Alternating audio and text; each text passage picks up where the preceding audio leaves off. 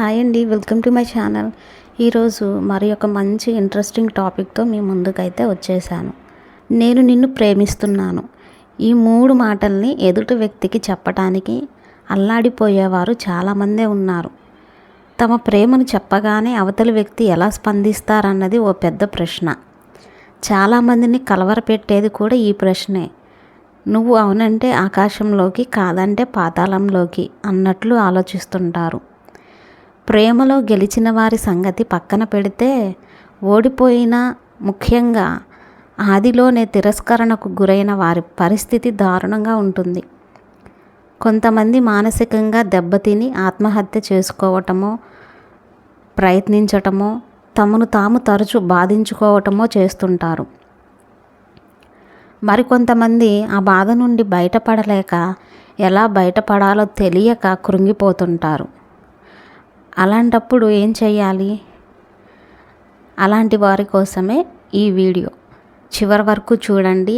ఎవరైనా కొత్తగా నా ఛానల్ చూస్తుంటే ప్లీజ్ సబ్స్క్రైబ్ చేసుకోండి. ఒక లైక్ అయితే ఇవ్వండి. మీరు ఇచ్చే లైక్ నాకు ఎంతో సపోర్ట్గా ఉంటుంది. మొదటిగా, జ్ఞాపకాలను చెరిపేయాలి. ప్రేమ చేసిన గాయం మానాలంటే అందుకు సంబంధించిన జ్ఞాపకాలను పూర్తిగా చెరిపేయటం ప్రధానం. ముందుగా భౌతికమైన వాటిని, వారికి సంబంధించినవి ఏవైనా వాటిని కంటికి కనిపించనంత దూరంగా ఉంచండి. రెండవదిగా, బిజీగా ఉండండి. మనం ఎప్పుడైతే ఖాళీగా ఉంటామో అప్పుడు ఎదుటి వ్యక్తి ఆలోచనల్ని మనల్ని చుట్టుముట్టి వేధిస్తుంటాయి. అందుకని ఎప్పుడు ఏదో ఒక పనిలో నిమగ్నమై ఉండాలి. ఒంటరిగా కాకుండా మిత్రులతో, కుటుంబ సభ్యులతో సమయం గడపటానికి ప్రయత్నించాలి.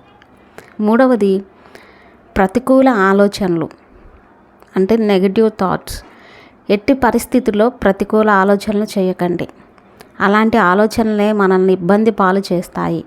ఆ బాధ నుండి బయటపడగలమనే దృఢ సంకల్పంతో ఎప్పుడూ ఉండాలి.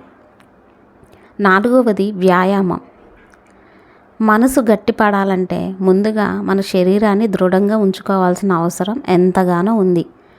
ఆరోగ్యవంతమైన శరీరమే ఆరోగ్యవంతమైన ఆలోచనలు చేయగలదు. వ్యాయామం చేయటం ద్వారా శరీరంలో విడుదలయ్యే హార్మోన్లు మనకు ఎంతో మేలు చేస్తాయి.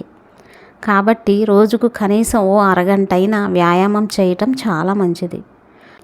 ఐదవది, మిమ్మల్ని మీరు ప్రేమించుకోవటం. మనల్ని మనం ప్రేమించుకోవటం అన్నది ప్రధానం.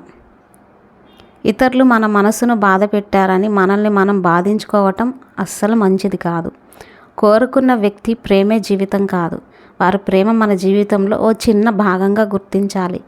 జీవితం వారి ప్రేమతోనే ముగియదని, మరి ఒకరి రూపంలో మన ముందు ప్రత్యక్షమవుతుందని తెలుసుకోవాలి.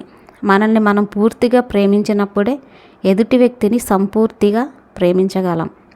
ఆరవది, కొంచెం నవ్వు. ఇలాంటి సమయంలో నవ్వు 400 విధాల మేలు అని ఖచ్చితంగా చెప్పొచ్చు. నవ్వు మానసికంగానే కాదు, శారీరకంగాను మనిషికి ఎంతో మేలు చేస్తుంది. నవ్వినప్పుడు ముఖంలో కదిలే కండరాల కారణంగా కొన్ని నరాలు ప్రభావితం అవుతాయి. తద్వారా మనకు ఎంతో రిలీఫ్గా అనిపిస్తుంది. ఏదో పోగొట్టుకున్న వారిలా ప్రతిక్షణం దిగాలుగా ఉండకుండా కొద్దిగా నవ్వటానికి ప్రయత్నించండి.